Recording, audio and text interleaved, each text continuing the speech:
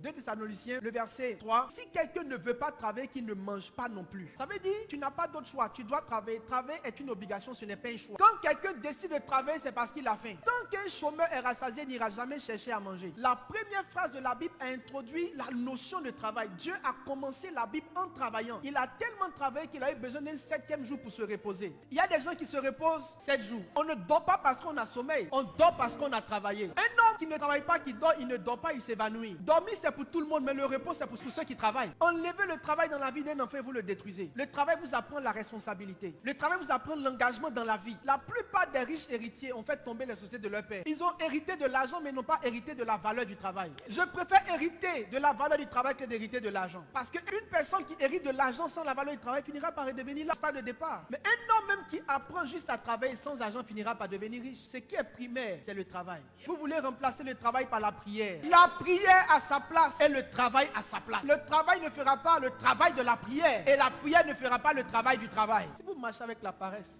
vous allez finir par épouser la pauvreté. Quand Dieu est parti rencontrer Moïse, Moïse est dans son lieu de travail. L'Éternel n'apparaît pas à ceux qui ne sont pas sur leur lieu de travail. Dieu a du mépris pour les fainéants. Dieu ne va pas à la rencontre de ceux qui sont en train de se pavaner dans la vie. Quand le prophète venait voir David, David était au travail, pas dans sa chambre. Dieu ne fréquente pas les fainéants, il ne fréquente pas les paresseux. Élisée était en train de labourer pendant que le prophète est rapproché de lui. Et tellement que c'est un bosseur, il bossait 12 paires de bœufs. Imaginez la manipulation. Je n'ai jamais vu Dieu envoyer un prophète chez quelqu'un qui dort. Lorsque Jésus a décidé d'aller choisir ses disciples, il s'est rendu au port de pêche. Il a trouvé Pierre sur son bateau, pas dans sa chambre. Je vais dire à quelqu'un, Dieu aime la culture du travail. Il n'aime pas la culture de la paresse. Il ne sélectionne pas ses serviteurs au nombre des paresseux. Il sélectionne ses serviteurs au nombre des travailleurs.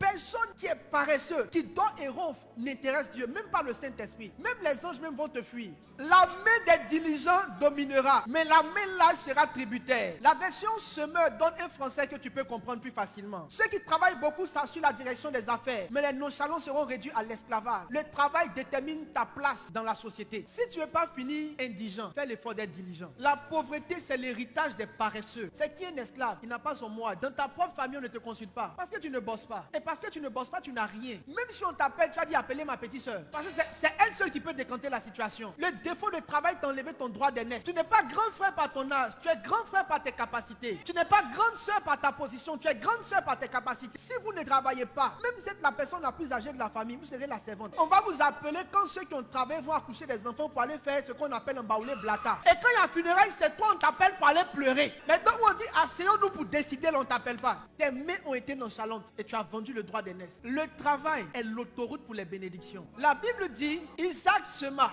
et lorsqu'il a semé, il a moissonné le centuple car Dieu le bénit. C'est vrai, Dieu l'a béni, mais Dieu l'a béni après qu'il ait semé. Pendant que vous travaillez, vous donnez l'occasion à Dieu d'envoyer la bénédiction dans vos vies. Toutes les dîmes tu sèmes là, comment Dieu fait pour te donner le retour? Après toi-même tu dis j'ai donné des dîmes, je n'ai rien eu. Mais il veut te donner, il passe par quoi pour te donner? Du moins si Dieu te donne la pluie et envoie un vase pour recueillir la pluie, vous priez pour des bénédictions, il vous bénit sur quoi? Il vous bénit sur la base de quoi? Ou bien vous êtes des brouteurs. De tous ceux qui peuvent vous encourager à la paresse, vous ne trouverez jamais le Seigneur sur la liste. Faites quelque chose, travaillez, ayez une entreprise, mettez votre foi en Dieu. Bientôt il fera entrer des milliards par le canal de votre entreprise. Pour ce qui concerne la pauvreté, la Bible n'a jamais cité de démons. La seule fois où la Bible a parlé des raisons de la pauvreté, c'est la pauvreté et la paresse. Un peu dormir, un peu croiser les mains et la pauvreté te surprendra. Tu es en train de gaspiller ta vie dans le sommeil. Tu peux t'asseoir toute une journée sans savoir ce que ta journée sera et tu es assis. Le travail établit la dignité. Parlons de la femme vertueuse, Proverbe 31. La Bible dit qu'elle sera louée. Mais pourquoi on la loue? On la loue parce qu'elle a travaillé. En matière de couple, un homme qui travaille, il reçoit les honneurs de son épouse. Je n'ai jamais vu un chômeur qui reçoit des louanges de la part de sa femme. Dans le livre de la Genèse, il dit ceci: Adam, je t'ai établi, cultive le jardin. Après, il dit, je te donne encore du travail. Comme les animaux. Pendant que Adam est à l'œuvre, le Seigneur va penser maintenant à lui donner une femme. La femme ne vient pas avant le travail. Épargnez-moi les songes dans lesquels Dieu vous révèle que votre mari est encore au chômage et que c'est lui que vous devez marier maintenant. Et puis, mettez-moi d'aller encore plus loin. Chaque fois que quelqu'un viendra te demander un mariage, je ne te parle du fait d'être matérialiste. Je te parle de la vérité de la vie. Parce que dans le mariage, on prend une femme et des enfants et on les conduit vers une direction. Maintenant, quand toi-même, tu ne sais pas où tu vas, les gens que tu prends là, c'est pour les envoyer dans quel sens?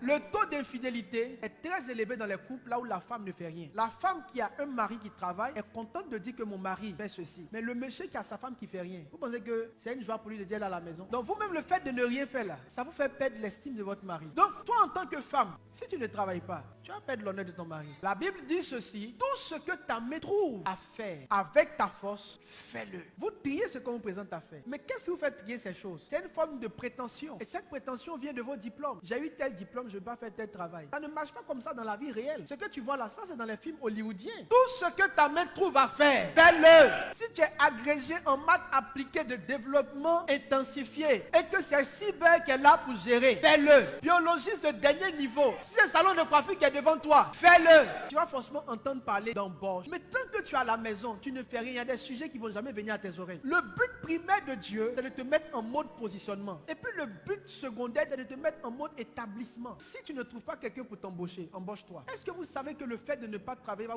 vous pousser vers le suicide? Mes amis, ce que tu fais n'est pas le problème. C'est la sagesse avec laquelle tu fais ce que tu fais qui est le problème. Il y a des couturiers milliardaires. Même si tu vends galette, ce que tu fais n'a jamais été le problème. C'est la manière dont tu fais ce que tu fais qui est le problème. Donc il te dit tout ce que tu trouves à faire, fais-le. Parce que ce n'est pas la chose à faire le problème.